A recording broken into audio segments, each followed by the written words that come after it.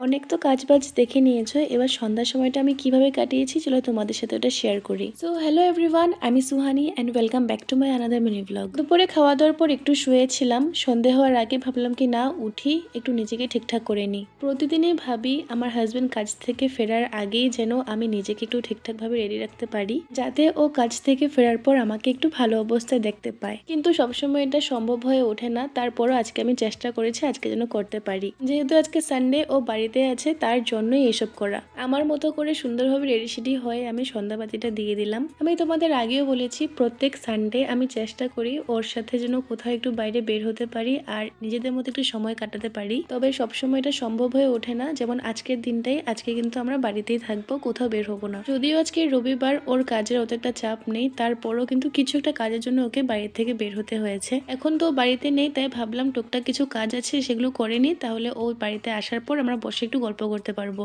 আজকে মা আর বিরাট দুজনেই কিন্তু অনেক অনেক বাজার করে এনেছে। বিরাট বাজার করে আনা ব্যাগটাই কিন্তু আমার রুমে রাখা আছে, সেটা কিন্তু এখন উপরে আসার সময় নিয়ে আসিনি।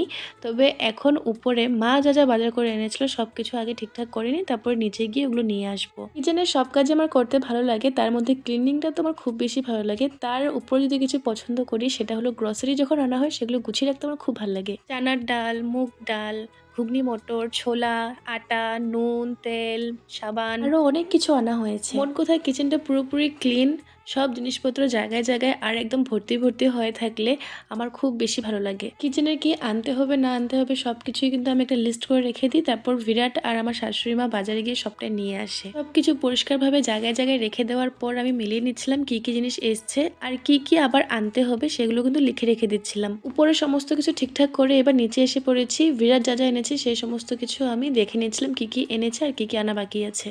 যেসব জিনিস রুমে রাখার সেগুলো রুমে রেখে বাকি সব কিছু আমি উপরের কিচেনে নিয়ে চলে এসেছি। আর সেগুলোকে দেখো একদম সুন্দরভাবে আমি জায়গায় জায়গায় রেখে দিচ্ছি। সবকিছু জায়গায় রেখে গুছিয়ে নেওয়ার পর আমি ভাবলাম কি না, একা যখন বসে আছি একটু করে চা বানিয়ে খাই, তাহলে আমার নিজেরও ভালো লাগবে। রোজ যে আমার চা খাওয়া হয় তেমনটা কিন্তু একেবারেই না। আমি যখন যখন দুলিয়াজান আমার বাবার বাড়ি যাই সেখান থেকেই চায় না সেটা আমার হয়ে যায়, কারণ সকালে সন্ধ্যের সময় আমার মা আমাকে একটু চা করে দেয় আর সত্যি ওটা খেতে কিন্তু ভালোই লাগে। বাবার বাড়ি থেকে যখন আবার এখানে ফিরে আসি সেই চায়ের সময়গুলোতে না আমার সত্যি চা খেতে ইচ্ছে করে। আর যদি তখন চাটা বানিয়ে না খাই এরকম মনে হয় কি কিছু একটা করিনি। এখন চাটা খেয়ে একটু ফ্রেশ লাগছে।